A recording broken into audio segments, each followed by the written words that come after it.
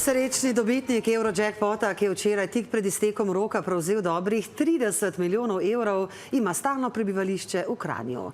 Na občini so potrdili, da so že dobili nakazilo davka, to je 5,6 milijona evrov. Kako bodo denar potrošili v občini in kako bi lahko denar zapravil srečni dobitnik, da dobrih 32 milijonov evrov denarja ni prav lahko zapraviti, je na terenu ugotovil Marko Gregorc.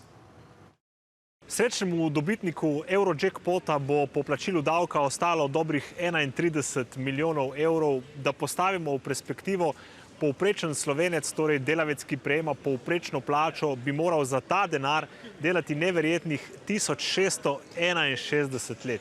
Zapravil pa bi ga lahko veliko hitreje. A koliko hitreje, smo najprej preverili v salonu s prestižnimi športnimi avtomobili. Evo, jaz pa imam 37 milijonov razlogov, da sem prišel na obisk.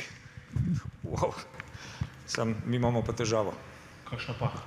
Mi imamo samo za 20 milijonov avto. Tile pisani športni mišičnjaki na cesti ne bi ostali spregledani.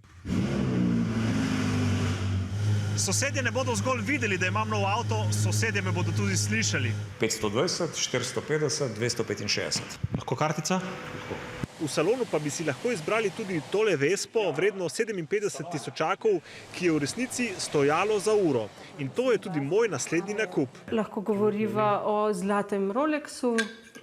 Klasika 45 tisoč evrov. Še dražja je ura IWC, zlata ura, ki poleg koledarja kaže tudi lunine mene, stane dobrih 53 tisočakov. Kaj pa nakit za dame?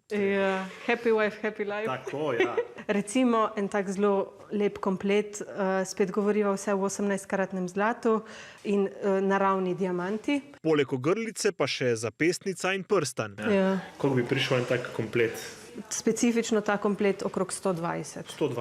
120 tisoč evrov. 50, 120 za ženo smo na 170, pa še te urce, ne? 50, pa še za ženo 80, 200, 250 tisočakov.